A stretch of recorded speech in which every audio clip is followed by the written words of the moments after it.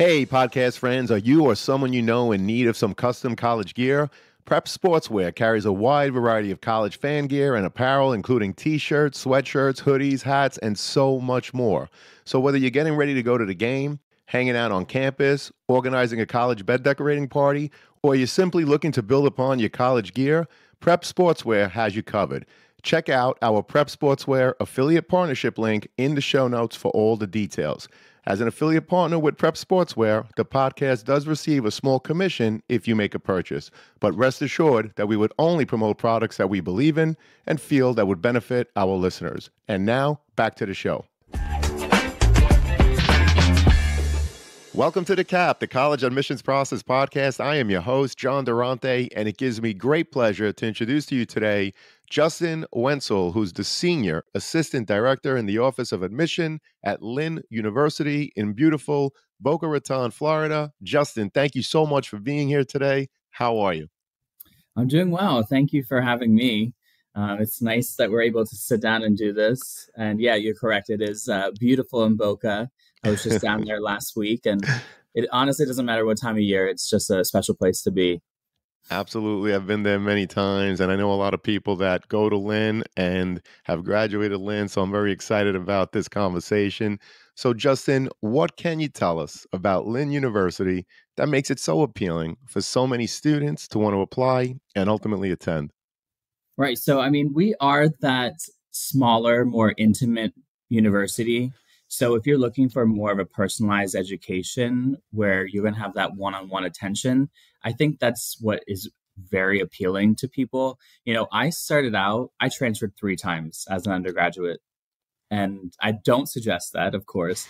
However, it took a while for me to find the right place. And, you know, I thought I was a college athlete, and I thought I wanted to go to play in higher education, and I immediately went down to Texas, and I was a college gymnast and cheerleader. And Awesome. I'm from Pennsylvania. So when I came from Pennsylvania, I was like a big fish in a small pond. And then when I went to Texas for gymnastics and cheerleading, you know, I was like not as great as everyone else. So I quickly realized, I was like, maybe this isn't for me at a Division I school. Then I transferred to a community college. Then I went to a state school and graduated from there in Pennsylvania. But what I'm saying is, like, you just got to figure out the right place of learning for you. And I'm a physical hands-on learner. I like the one-on-one setting. So I really think that's what appeals to Lynn students. I'd say that we're pretty forward-thinking, ever-changing. You know, as the industries change and academics change, we're moving forward with that. And then we also have block scheduling, which I can talk about deeper later on in the conversation. But you're not taking 5 or 6 classes at once. You're taking one class at a time for 4 weeks, for 4 days a week. And then, you take your final and you move on. So it was really preparing you for the real world as well. And then finally, I just would say, as we mentioned, the weather, the climate, the entire environment and atmosphere of being in South Florida is a great place to be. My whole mood just changes when I go down to South Florida.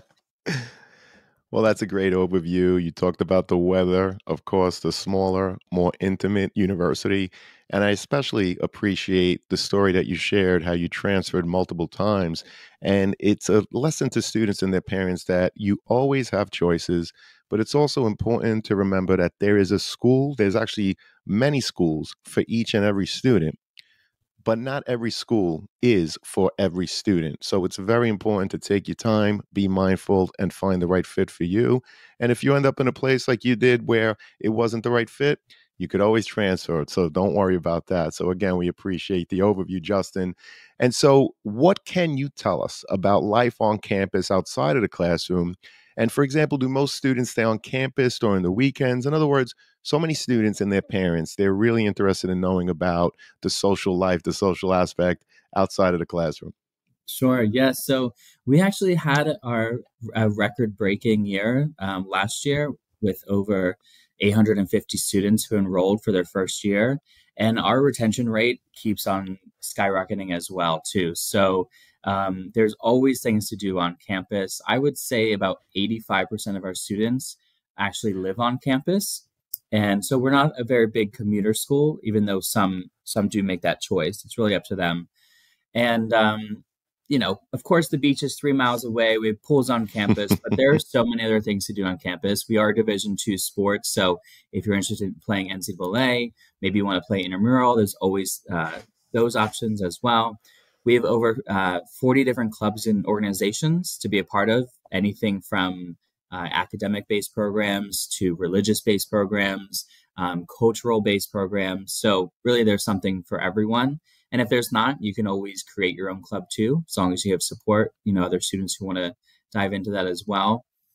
And then we also have this thing called First 40. So the first 40 days of school in the fall, we have 40 activities. So there's one activity a day for 40 days straight, whether it's bringing in like a petting zoo or having food trucks come in. Maybe we'll have a movie night in the pool.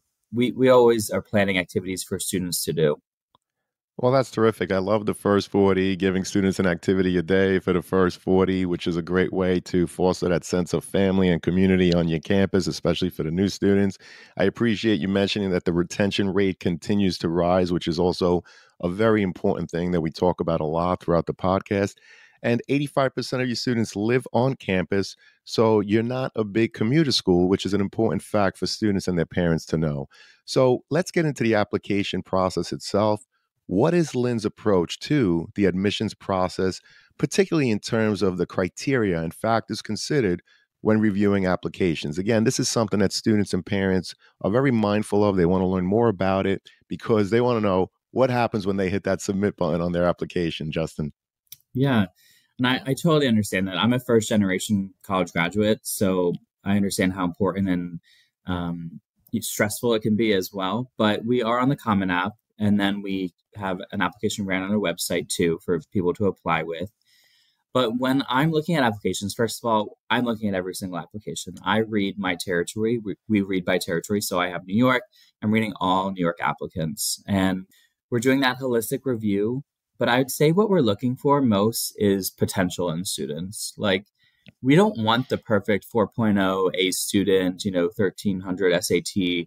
We want to see that we can help students grow in all areas. So if you're a B minus student, that's cool with us. We want to take you and develop you in all areas.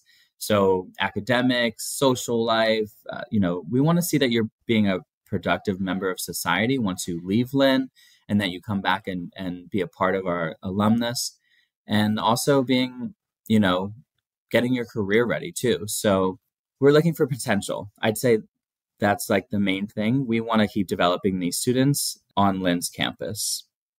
When it comes to applying in general, though, we are test optional. We are looking at the essay. We're looking at why Lynn. So it's really important they do their research.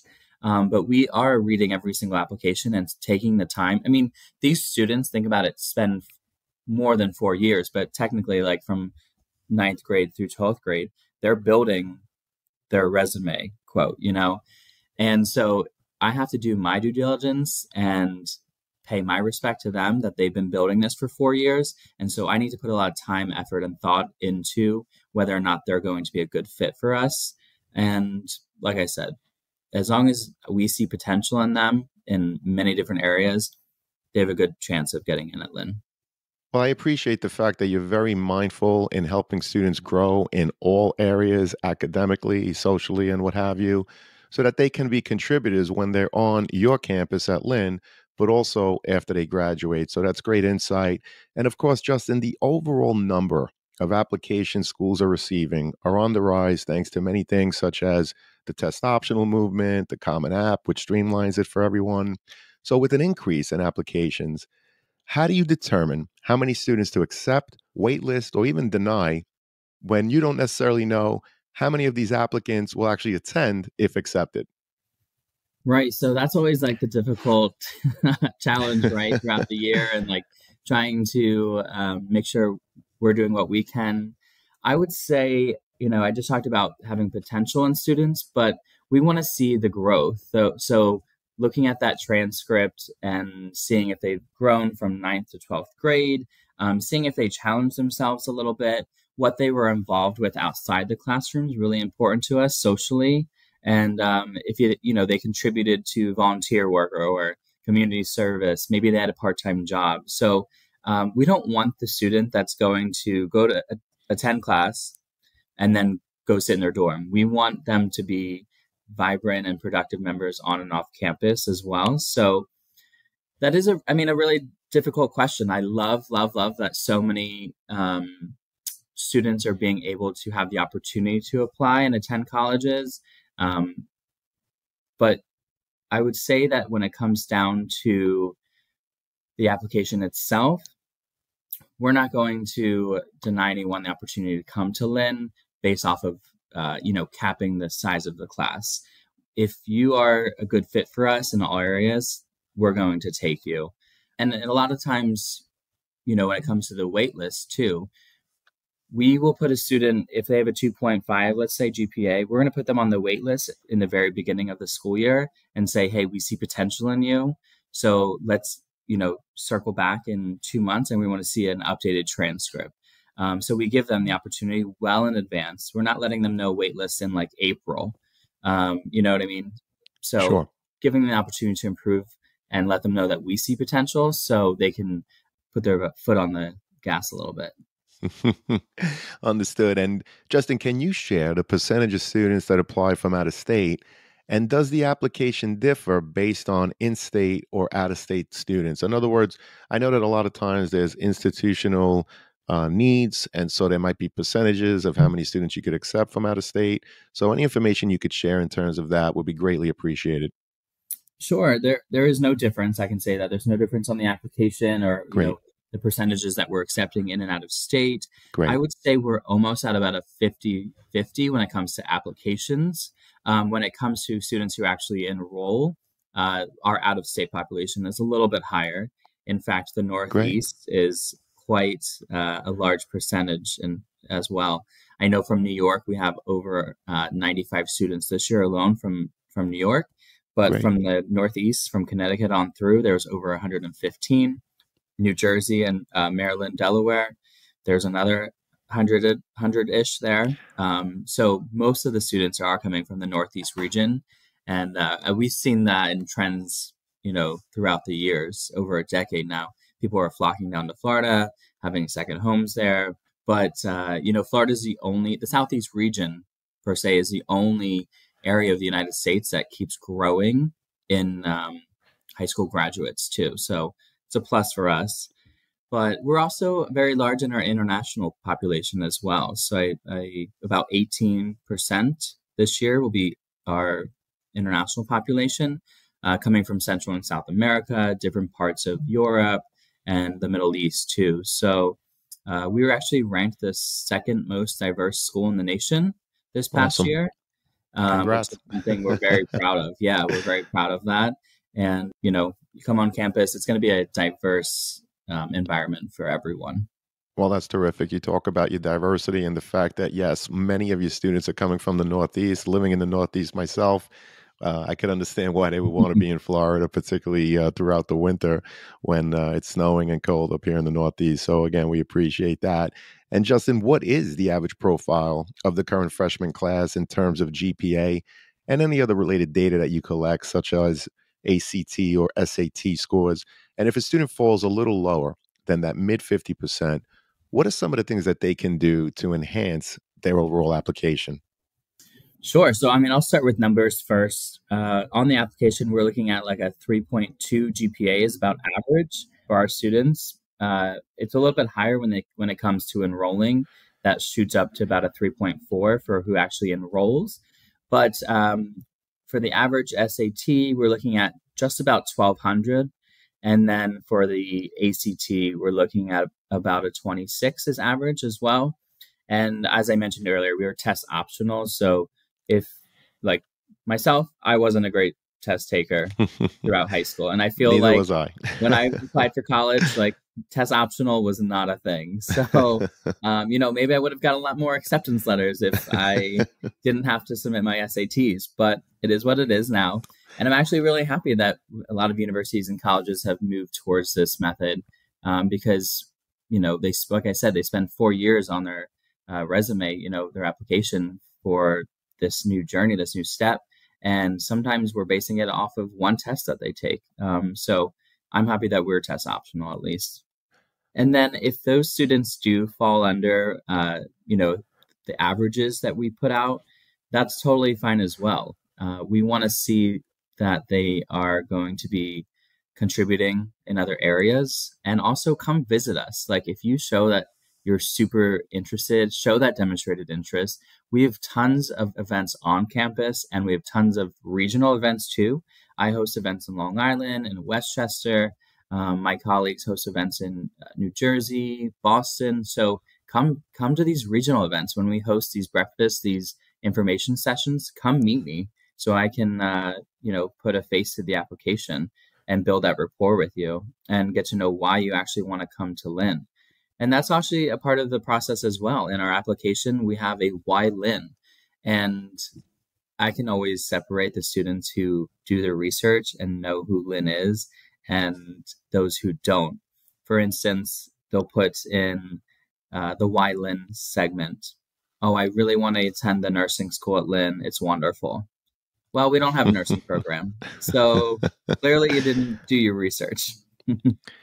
Well, that's great advice. And I'm glad that you mentioned the Why Lynn supplemental essay because a lot of times students spend weeks, perhaps months on the general essay. They see that a school has one or two supplemental essays and they say, oh, I'm just going to rush through this. It's not important. It is important. And what's important to understand is that in the general essay, the admissions rep is trying to get a feeling of who you are as a student, your character, your thought process based on whatever story that you're sharing with them. The supplemental essay students, it's important to understand they're really looking to see if you understand the school itself. So why Lynn? As Justin said, if you are saying that you're going to apply to a nursing program there, and guess what? They don't offer nursing, you didn't do your homework. So it's very important to demonstrate your understanding of the institution, perhaps talk about why you see yourself there, what programs you see yourself in.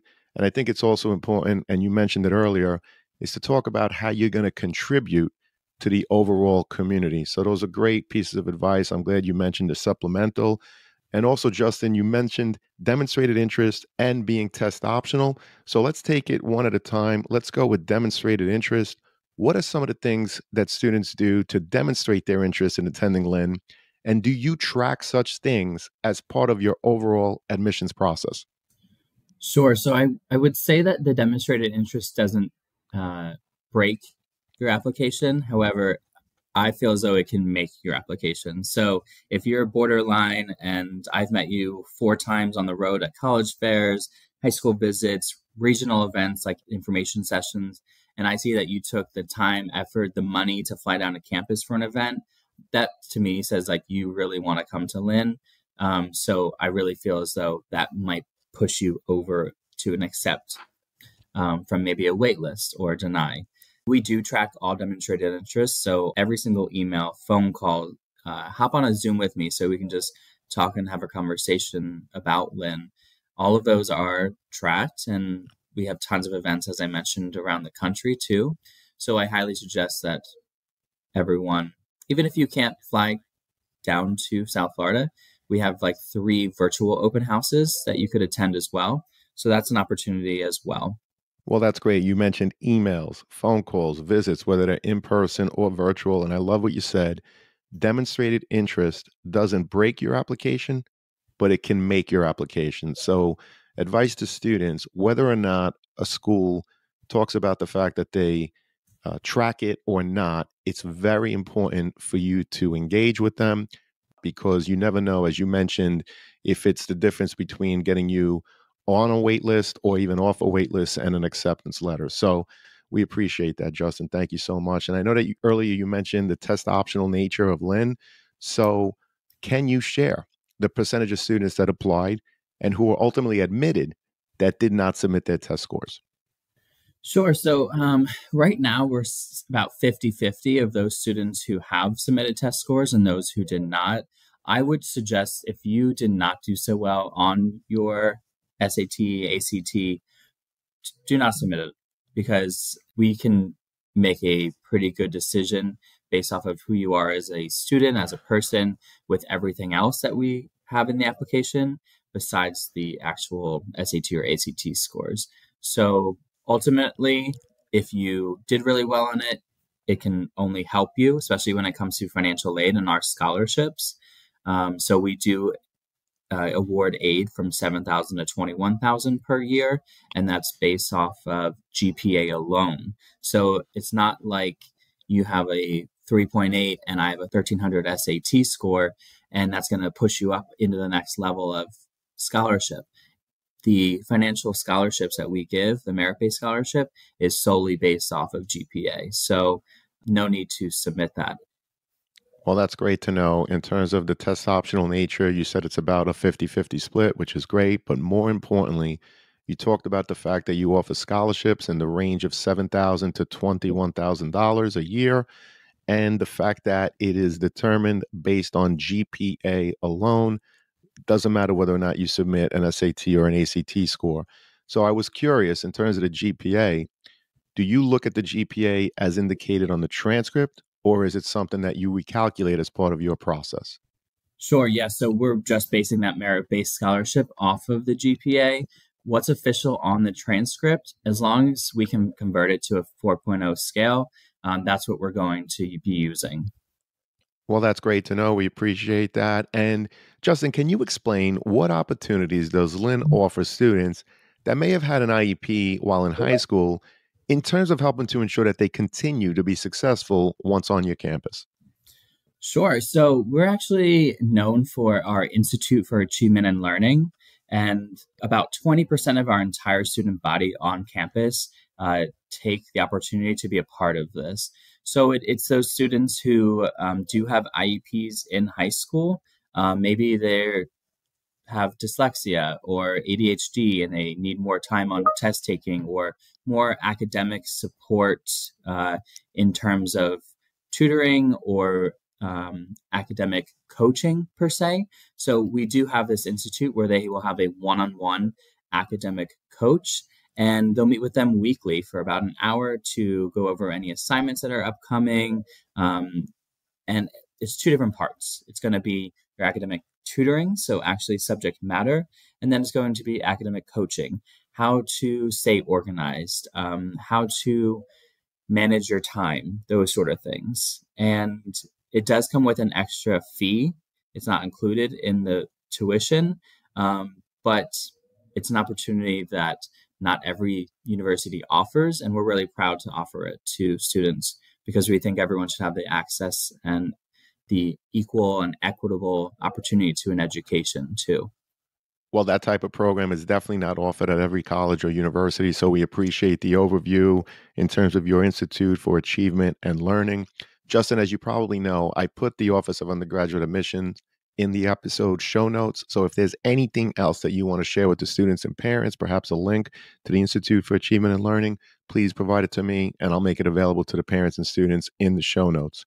So this has been a phenomenal conversation. And before I get to the last question, Justin, I was just curious, is there a question that I didn't ask today or a topic that I didn't bring up that you'd like to talk about at this point?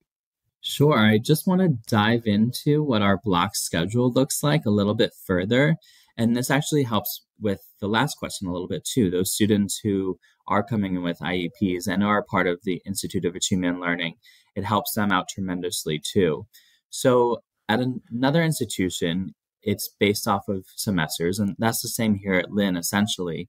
You have a fall semester for 16 weeks and a spring semester for 16 weeks.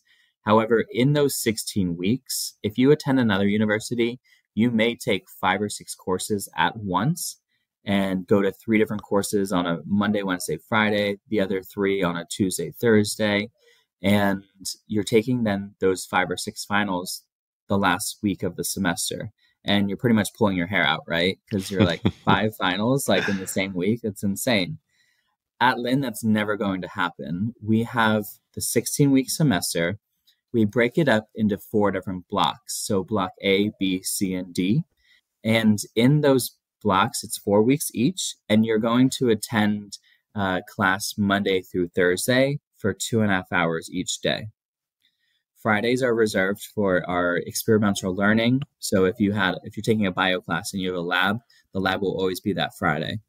If you have an internship or you want to shadow, you can use that Friday to shadow. Our education students are in classes Monday through Thursday, then Friday, they're substitute teaching and making money actually as a freshman. So we use Fridays to get them into their careers, to get them into experiential learning, community service, whatever it may be. But when it comes to the block schedule, after 4 weeks, and you're going to take your final and then move on to block B. So you take one class at a time. Block A, one class, take your final, move on to block B. Take one class for 4 weeks, take your final at the end of those 4 weeks, move on to block C. Sometimes students will take 2 courses in block C to keep up with 15 credits. And then block D, they'll go back to 1. But this really, when I talked about that retention and our GPAs overall have really skyrocketed because of this method. It allows students to focus and hone in, build a great rapport with their professors and their peers in the classroom. And, we're getting them ready for the real world too, because my boss doesn't give me 16 weeks to work on a project.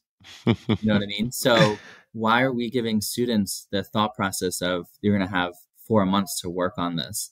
So, those 4 weeks are really getting them prepared. If you're a graphic designer and someone needs something turned around to you in 5 business days, we're getting them prepared because in that classroom, it's 4 weeks only. But they still are, taking 12 to 15 credits each semester. It's still 16 weeks in the fall and in the spring. And then we do have accelerated programs too. So I'd say a large majority of our majors, you can graduate in 3 years. A lot of schools have like a 4+1. Ours is an accelerated 3-year program. So you'll take about 18 credits per semester and then 1 summer semester as well. And you can graduate a year early. And the best part about that is that we absorb the cost of the 4th year. So if you were to attend another university and that 18th credit, usually you have to pay an extra fee on top of and pay that out of pocket. We absorb that cost for you. So you're saving about $50,000 to $55,000 for that final year, and we take that on. Well, that's truly amazing. I'm glad you share that because obviously the finances, the cost of college is a conversation for many students and their families out there. And I also love your philosophy in terms of how you block schedule. That truly is something that is unique to Lynn. And I know of a lot of students, including my youngest daughter, who certainly could have benefited from that type of programming. I was curious in terms of the block scheduling. So you mentioned that each course is taken over 4 weeks. Do the students have the ability, if they wish to take more than just the one course in that 4-week block? Yes, they do.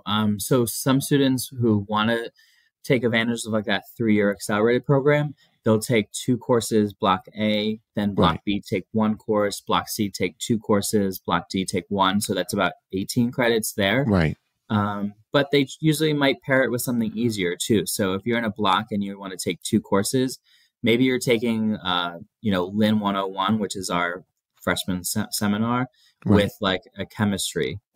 So you have something harder, something a little bit easier to rack up those credits too, and still graduate on time. And we have so many resources, as I mentioned in our first question. Like it's an intimate setting. You can't walk on campus without someone knowing you, waving at you. You have so many people in your corner. You have me as an admissions counselor. You have a financial aid counselor directly for you. You have your academic advisor who you plan your schedules with, who you pick up a minor, different certificates with. So there's so many people in your corner that like you cannot fail in any area at Lynn, which I love. Well, it truly sounds like you have something for everyone, and I really appreciate the overview in terms of helping students that may have had an IEP in high school. Everything that you shared is certainly something that many students out there really need. So again, Justin, anything that you want me to put in the show notes in terms of any links, of course, explaining even further your block scheduling or your Institute for Achievement and Learning, just provide it to me, and of course, we'll make it available in the show notes. So this has been a great conversation. Unfortunately, it does lead us to the last question, which is, what are your top 3 pieces of advice that you would provide a student and their parents getting ready for the college admissions process? Sure. So the first, piece of advice that I would give is do your research and I'm not just specifically saying about Lynn. Do your research on what type of university you're looking for, the different majors that you might be interested in. And then that leads me into keeping an open mind too. So you never really know what a school has to offer until you actually go and do your research. Maybe you go and visit. So keep an open mind. I thought I wanted that huge school with 35,000 students, that ESPN game day football on Saturdays kind of feeling when I went to college, but I quickly realized that wasn't for me. So keep an open mind, do your research. And finally, I would say be as persistent and gritty and go after what you want, because that's like the most important thing is your happiness and your future. So just keep on pushing forward. Well, thank you so much for those pieces of advice. We really appreciate it. Justin, like I said, this was phenomenal. And I'm so happy, as I know this is going to help so many students and their parents as they navigate through the college admissions process. I hope to have you again. Thank you so much, Justin. Thank you.